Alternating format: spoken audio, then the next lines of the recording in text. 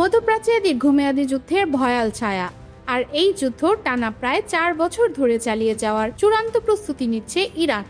যুক্তরাষ্ট্রের president Donald ট্রাম্পের মেয়াদ শেষ না হওয়া পর্যন্ত ওয়াশিংটনকে টানা এক রক্তক্ষয়ী যুদ্ধের মুখে দাঁড় করিয়ে রাখতে চায় তেহরান। সম্প্রতি মার্কিন সংবাদ মাধ্যম পিবিএসকে দেয়া এক বিস্ফোরক সাক্ষাৎকারে এই সোজাসাপটা হুঁশিয়ারি দিয়েছেন ইরানের সর্বোচ্চ নেতা মোস্তফা আলী খামেনির অত্যন্ত ঘনিষ্ঠ সহযোগী এবং IRGC senior general Mohammad Reza নাগদি। বিগত ৪-৫ মাসের সরাসরি যুদ্ধ ইরানকে এক নতুন অভিজ্ঞতা দিয়েছে। জেনারেল নাগদির মতে, ওয়াশিংটনের বিরুদ্ধে কিভাবে লড়াই চালিয়ে যেতে হয় তার বাস্তব কৌশল তেহরান এখন পুরোদমে আয়ত্ত করে নিয়েছে। তাই তাদের একমাত্র লক্ষ্য ২০২৯ সালের ২০ জানুয়ারি ট্রাম্পের মেয়াদ শেষ হওয়া পর্যন্ত এই যুদ্ধকে টেনে নিয়ে যাওয়া।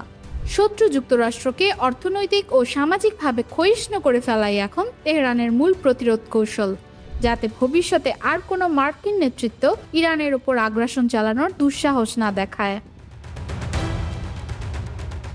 কিন্তু যুক্তরাষ্ট্র যদি পারমাণবিক শক্তি প্রয়োগের মতো চরম পদক্ষেপ নেয়, পিবিএস সাংবাদিকের এই প্রশ্নের জবাবে ইরানি জেনারেলের বার্তা ছিল আরও কঠোর। তিনি সাফ জানিয়ে দেন, পারমাণবিক হামলা চালানো হবে ওয়াশিংটনের জীবনের সবথেকে বড় ভুল, কারণ এমন জঘন্য অপরাধের ঠিক পরদিন সকালেই বিশ্বজুড়ে ছড়িয়ে থাকা সমস্ত মার্কিন ঘাঁটি একের পর এক দখল করে নেওয়া হবে।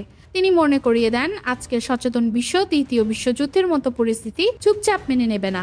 আর ইরান নিজের শক্তির উৎস হিসেবে কৃত্রিম পারমাণবিক বোমাকে নয়, বরং বিশ্বজুড়ে জুলুমের বিরুদ্ধে সোচ্চার কোটি কোটি মানুষের সমর্থনকে বিবেচনা করে।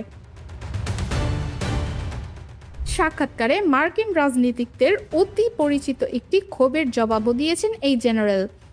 ইরানিদের মুখে যুক্তরাষ্ট্র নিপাত যাক স্লোগান নিয়ে তিনি স্পষ্ট করেন, এই লড়াই আমেরিকার সাধারণ জনগণের বিরুদ্ধে নয়, বরং তাদের আগ্রাসী ও কুখ্যাত নেতৃত্বের বিরুদ্ধে, যারা বিশ্বজুড়ে ৭০টিরও বেশি দেশে সামরিক হস্তক্ষেপ করেছে।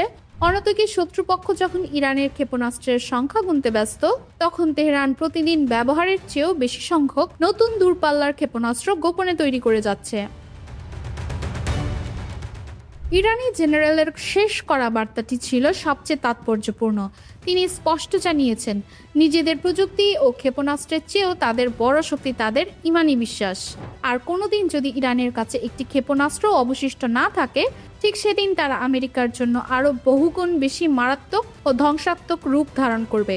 মধ্যপ্রাচ্যের এই পরাশক্তি কি শেষ পর্যন্ত ওয়াশিংটনের একক আধিপত্যের পতন ঘটাতে পারবে?